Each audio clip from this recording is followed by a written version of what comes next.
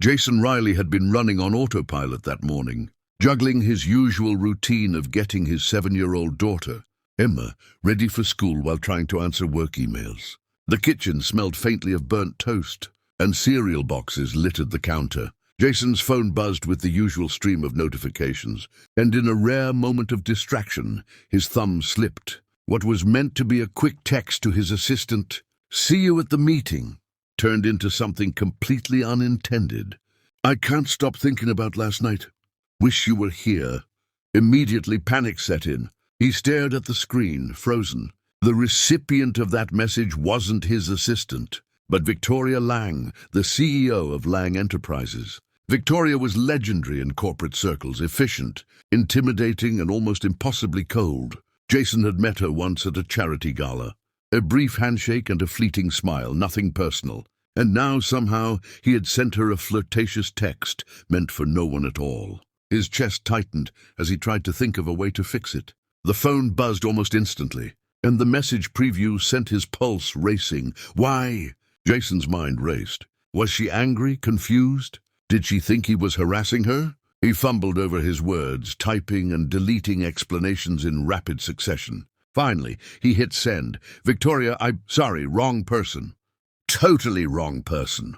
He tossed the phone onto the counter, exhaling in relief and disbelief at how quickly he had turned his morning into a potential disaster. Emma, oblivious to the tension, poured herself cereal and looked at her father with wide, curious eyes.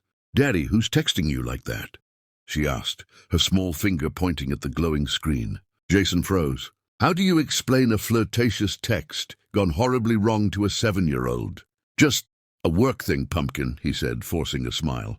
"Nothing to worry about." He tried to focus on cooking, but the pan sizzled unnoticed.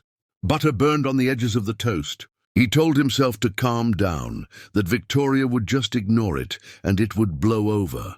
He wasn't prepared for what came next. The doorbell rang, sharp and insistent. Jason frowned, glancing at the clock. Far too early for visitors. His heart skipped a beat. Peering through the peephole, he nearly dropped the keys in his hand. There she was, Victoria Lang herself, standing on his doorstep.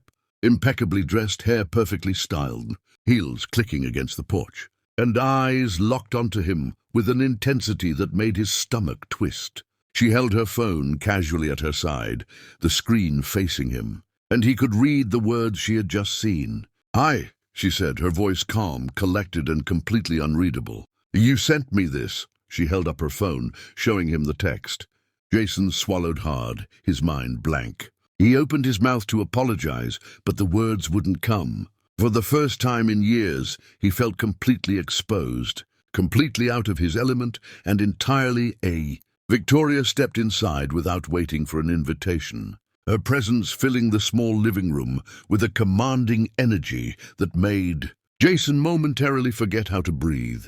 He instinctively moved toward the door, but she raised a perfectly arched eyebrow, stopping him. There was no malice in her expression, only that piercing, measured curiosity that made her such an intimidating figure in boardrooms across the country.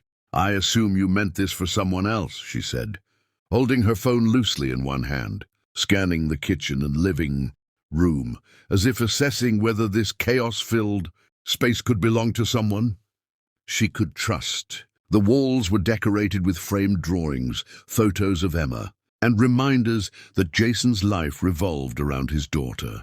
There was a subtle warmth in the home that contrasted sharply with Victoria's usual cold efficiency. Jason swallowed hard, running a hand through his hair. I did," he admitted. "It was completely accidental. I was multitasking and my thumb slipped. I promise it wasn't meant for you." He tried to maintain eye contact, but he could feel his nerves betraying him. This was a CEO, someone used to managing entire companies, and here she was in his kitchen, staring at him like he was an open book. Victoria's lips pressed into a thin line as she studied him. "And yet here I am," she said, voice calm but precise. "I'm curious. Are your mistakes always this interesting?" Jason laughed nervously, a little too loudly. "Not usually. Definitely not ones that end up with CEOs standing in my living room." He gestured vaguely toward the breakfast mess, feeling a flush of embarrassment. "I promise I'm not usually this chaotic." For a brief moment, the tension in the room shifted as Emma, oblivious to the adult stress, ran over to Victoria and tugged at her hand. "Hi, Daddy talks about you all the time," she exclaimed, grinning. Victoria bent down to Emma's level, a flash of genuine warmth softening her face. "Well, it's nice to finally meet you." "Emma," she said, her voice gentler, almost playful. Jason's stomach twisted. He had never imagined seeing Victoria Lang interacting with a child like this. "Now," she said, standing and brushing off her skirt, "you're going to explain how a man with two hands can be so terrible at texting." Jason chuckled, finally relaxing a fraction. "It's a talent," he admitted, smiling sheepishly. "One I'd rather not repeat." Victoria's eyes roamed the kitchen again, taking in the stove with its half-cooked eggs and the small clutter of everyday life. "You cook breakfast too?" she asked, sounding almost surprised. Jason shrugged. "I do what I have to. Emma doesn't survive on cereal alone." She smiled faintly, a subtle crack in her usual corporate armor. "All right," she said finally. "I'll forgive the accidental message.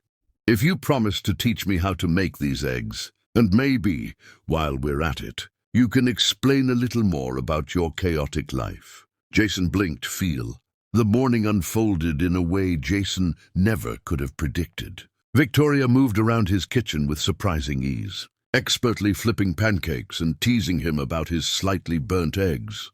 The tension that had gripped him earlier dissolved as laughter filled the small space. Emma ran between them, chattering incessantly, clearly delighted by the unusual company. "You're surprisingly good at this," Jason said, watching Victoria expertly manage the stovetop while simultaneously keeping an eye on Emma. "I thought CEOs didn't know how to cook breakfast." Victoria smirked, a hint of amusement in her eyes. "Well, most don't, but I've learned a few life skills outside the boardroom. Cooking happens to be one of them." She glanced at him, her gaze lingering in a way that made his stomach twist pleasantly. "I suppose it's not unlike running a company. Timing, precision, attention to detail." Jason nodded, catching the subtle warmth in her tone. He realized she wasn't here to humiliate him or lecture him about professional boundaries. She was genuinely curious, genuinely engaged. For the first time, he saw her not as a cold, untouchable CEO, but as someone human, capable of humor, warmth, and maybe even vulnerability. Emma bounded over, holding a small plate of scrambled eggs. "Try mine," she urged. Victoria bent down to taste them, nodding appreciatively. "Delicious," she said. "Your dad clearly passes down the best traits." Jason laughed, a little embarrassed by the praise, but thrilled by the ease of the interaction. As the morning sun streamed through the window, the conversation turned more personal. Victoria asked about Emma's school, Jason's work routine, and the challenges of being a single parent.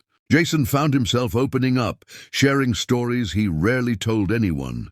Victoria listened, genuinely attentive, occasionally offering insights that made him see his own life from a different perspective. At one point, Victoria leaned against the counter, her tone softening. "Jason, I have to admit, this is not what I expected from a misfired text.